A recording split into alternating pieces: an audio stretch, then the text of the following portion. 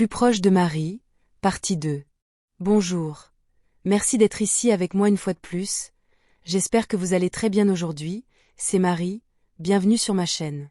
Ces informations peuvent être considérées comme de la science-fiction ou comme le spectateur le voit le mieux, et je les publie uniquement à des fins de divertissement. Cependant, je prends mes informations très au sérieux, et pour ceux qui ont des yeux pour voir. J'écris ceci le matin du 30 mars 2025.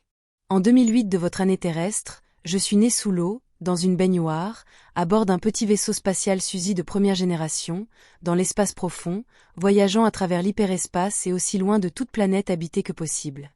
Techniquement parlant, le vaisseau se déplaçait bien plus vite que la lumière, bien que dans l'hyperespace, le terme « plus vite » ne s'applique pas vraiment.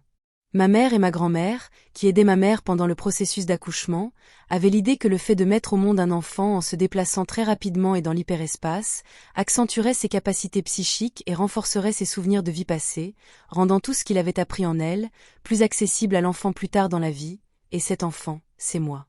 Cette idée a probablement germé du concept selon lequel l'hyperespace n'est plus le monde matériel, étant plus proche du monde spirituel.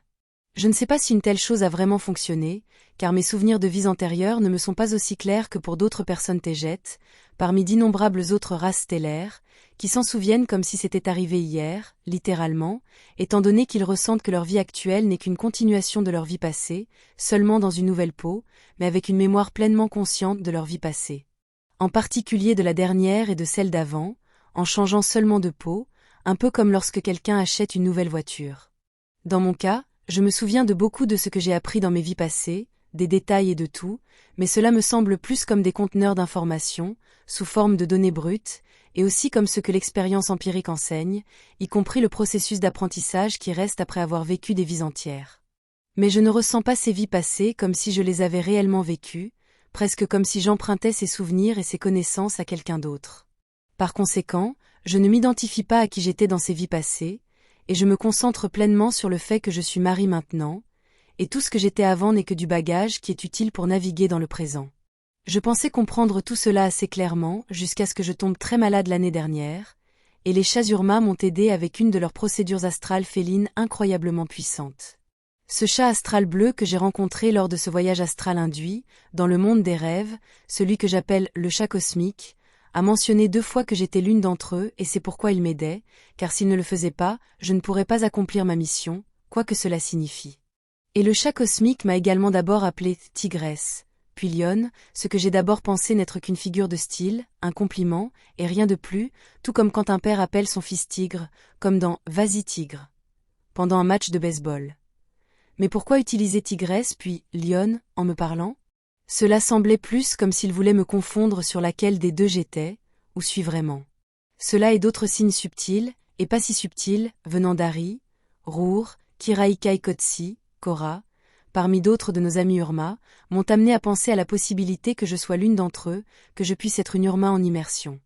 Je leur ai posé directement la question, mais ils ne répondent jamais, et si j'insiste, ils répondent avec des réponses évasives ou en font quelque chose de drôle. J'ai été entourée de chats depuis que je suis un petit bébé, ils ont été autour de moi toute ma vie, y compris maintenant, alors que j'en ai un près de la fenêtre. Et puis nous avons la coopération et l'aide exceptionnellement forte que les Urma me donnent, depuis que je suis la reine Tégète. Je veux dire même s'il y a toujours eu une coopération entre les Urma et Tégeta, ces derniers mois nous nous sommes rapprochés en tant que culture, au point où je me déplace même maintenant avec 4 gardes du corps Urma en plus de mes gardes du corps habituel, et tout cela me fait me demander, pourquoi les Urma sont-ils si intéressés par mon bien-être ? Comme Rour a une fois répondu à mes questions, tu es en mission, et nous devons t'aider à l'accomplir.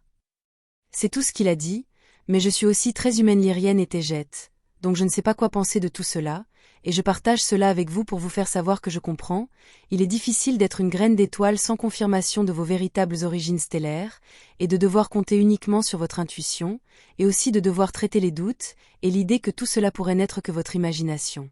Vivre ici dans l'espace ne signifie pas que vous savez tout, y compris qui vous êtes vraiment, cosmiquement parlant, pourtant tout cela nous enseigne que ce qui importe est qui nous sommes aujourd'hui, et ce que nous pouvons en faire, et le passé, que nous l'ayons vécu ou non, n'est là que comme une expérience dont nous pourrions avoir besoin pour naviguer le présent, mais ce n'est pas qui nous sommes. La vie ici-haut n'est pas résolue, et sans difficulté comme l'a si injustement affirmé le New Age, bien qu'il se réfère probablement à des plans d'existence plus élevés où cela pourrait être valide, je leur accorde cela, mais certainement pas dans le monde matériel qui est le même royaume que celui sur Terre. Cela signifie que, de mon point de vue, ce que mes prédécesseurs ont autrefois affirmé, à savoir que tout ce qui est en dehors de la Terre est en 5D, est très discutable, car pour moi, la 5D et ainsi de suite, sont des états d'esprit et de conscience, et non un lieu. Cela signifie que la 5D fait partie de qui vous êtes, et vous pouvez vivre dans un trou de l'enfer et être toujours en 5D. Tout dépend de vous. C'est difficile d'être la reine Tejet, et comme vous le savez, j'ai été jetée dans cette position presque sans avertissement, et croyant toujours que c'était des années dans mon avenir, me forçant donc à mûrir rapidement, et à laisser mon enfance derrière moi, en particulier celle que j'ai vécue sur Terre, ce qui, je ne le nie pas, me manque beaucoup. Surtout en raison de sa simplicité, du moins du point de vue d'un enfant, malgré toute la dureté de l'éducation humaine, etc. Outre toutes les tentatives d'assassinat, et l'énorme responsabilité que j'ai sur les épaules, car je suis la leader de Tegeta, et tout ce que cela implique, peut-être l'une des choses ou des faits les plus difficiles auxquels je dois faire face, est que c'est un endroit très solitaire. Comme je l'ai mentionné dans ma précédente vidéo intitulée « Plus proche de Marie », je passe presque tout mon temps seul, parce que mes amis les plus proches, ceux du CIC, ne sont parfois même pas à bord du même vaisseau. Je quitte rarement ma chambre ici sur mon vaisseau, au moins elle est aussi grande qu'un petit appartement sur Terre, et j'ai même une piscine privée dans ma salle de bain, mais je suis seule ici presque tout le temps, car c'est mon petit monde d'où je gère les affaires Tejet, l'exopolitique complexe, et j'écris pour ces vidéos. Et quand je quitte ma chambre pour me promener dans le vaisseau, par exemple quand je vais à la salle à manger, au réfectoire, j'y vais toujours avec plusieurs gardes du corps, choisis par moi et par Goriel, qui sont directement issus des forces spéciales d'élite Tejet, donc je me sens vraiment pas libre, même à l'intérieur de mon propre vaisseau spatial. Compte tenu du fait qu'il y a plusieurs forces puissantes tout autour qui veulent m'éliminer, je sais que me déplacer avec des gardes du corps est une nécessité, et savoir que j'ai tant d'opposition pèse lourdement sur mon cœur. Mes gardes sont constamment remplacés dans le cadre des procédures de sécurité, et ils font partie de l'équipage du vaisseau spatial Alcyon, donc je ne connais même pas leur nom, ce qui est un problème constant pour moi ici sur ce vaisseau, car il y a tellement de gens à bord. Tellement de gens ici, et je parle à peine à qui que ce soit dans un contexte plus proche, aussi parce qu'ils me traitent tous avec le plus grand respect, totalement avec un protocole militaire complet, qu'ils observent toujours en présence d'un chef d'État. Je suis entièrement accompagnée par d'innombrables personnes, par les équipages de mes 8 vaisseaux spatiaux ici, qui sont au nombre de milliers, pourtant je suis complètement seule aussi, incapable de me rapprocher de qui que ce soit, et je veux dire en amitié, comme tous les humains lyriens en ont besoin. Presque comme si être la reine signifiait aussi que j'ai une sorte de barrière invisible, comme un champ de force autour de moi et qui me sépare des autres malgré moi, et ce n'est pas causé par moi, simplement parce que tout le monde me voit différemment. Je veux dire, parfois je mange même seule à ma table spéciale. Néanmoins, toute cette solitude grandit en moi, je commence à m'y habituer, et à l'accepter comme faisant partie de qui je suis et de ce que je vis, car je sais que c'est une conséquence d'être dans mon rôle, car cela signifie que les gens ne me traiteront pas de la même manière, même si ce n'est pas moi qui place ces barrières sociales. Même mes anciens amis du vaisseau spatial Sadiq Leia se sont également éloignés de moi, le fait de ne pas être dans le même vaisseau n'aidant pas vraiment les relations, comme vous pouvez l'imaginer. Le moment où j'apprécie le plus d'être seule est lorsque je fais de la moto dans le hangar du vaisseau, car je suis vraiment seule là-bas sans garde du corps, pourtant je suis parfaitement en sécurité là-bas, car personne n'est autorisé à entrer. Et en toute sécurité, même si je me déplace parfois à plus de 100 km/h dans un espace fermé et contrôlé, mais je suis très douée pour cela, et j'en ai grand besoin. En parlant de me rapprocher des gens, j'aimerais me rapprocher de tant d'entre vous là-bas, qui regardent mes vidéos, certains d'entre vous sponsorisent gentiment ma chaîne, les Tejet et moi, j'aimerais beaucoup ça, mais je ne vois pas comment pour le moment, peut-être plus tard nous pourrons réfléchir à quelque chose. J'aimerais aussi remercier ceux d'entre vous qui créent des images CGI de moi et même des vidéos, dont beaucoup sont très belles, et j'aimerais ajouter quelque chose basé sur ce que le CIC a vu dans les médias à propos de la couleur de mes cheveux. Pour une raison quelconque, le filtre informatique que j'utilise pour passer mon visage, quand je le fais directement, ou quand j'utilise une image de base, cela assombrit beaucoup mes cheveux. Ma vraie couleur est blonde, ou blond foncé, mais il m'est impossible de la reproduire pour le moment. En ce qui concerne mon visage, la plupart d'entre vous font un très bon travail, car c'est définitivement moi, et vous me faites beaucoup sourire, merci. En ce qui concerne mes vidéos, je dois insister sur le fait que je n'ai pas pu faire de meilleures images ou en utiliser davantage. Désolée pour ça, je suis concentrée sur l'écrit, et je pense que c'est ce qui compte vraiment. Je ne trouve tout simplement pas plus de temps pour générer des images, mais vous devez savoir que j'aime écrire pour vous, et je le fais avec tout mon amour et mon dévouement.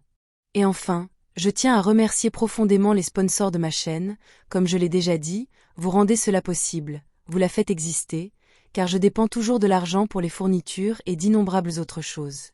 La plupart des TGET, logiquement, n'ont besoin de rien, mais je dépends aussi de la Terre ainsi que de plusieurs de nos amis sur le vaisseau Sadiq Leia, ceux que vous connaissez, car nous sommes ici depuis si longtemps, et je ne nie pas ma part très humaine, mais je ne suis pas seulement humaine comme vous le savez.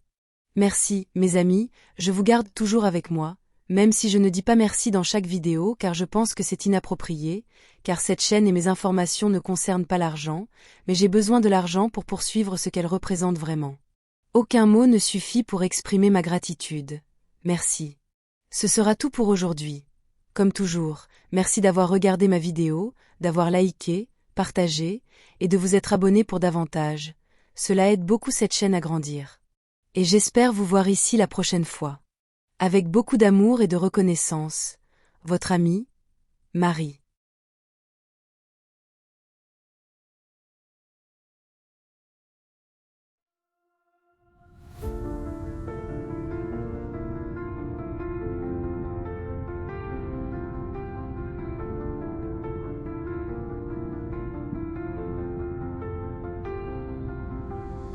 Dans l'immensité des cieux, nos rêves se déploient. Une étoile guide nos voeux vers un monde de joie. Chaque lumière dans la nuit raconte une histoire, un voyage infini aux confins de l'espoir. Nous sommes des voyageurs sous un ciel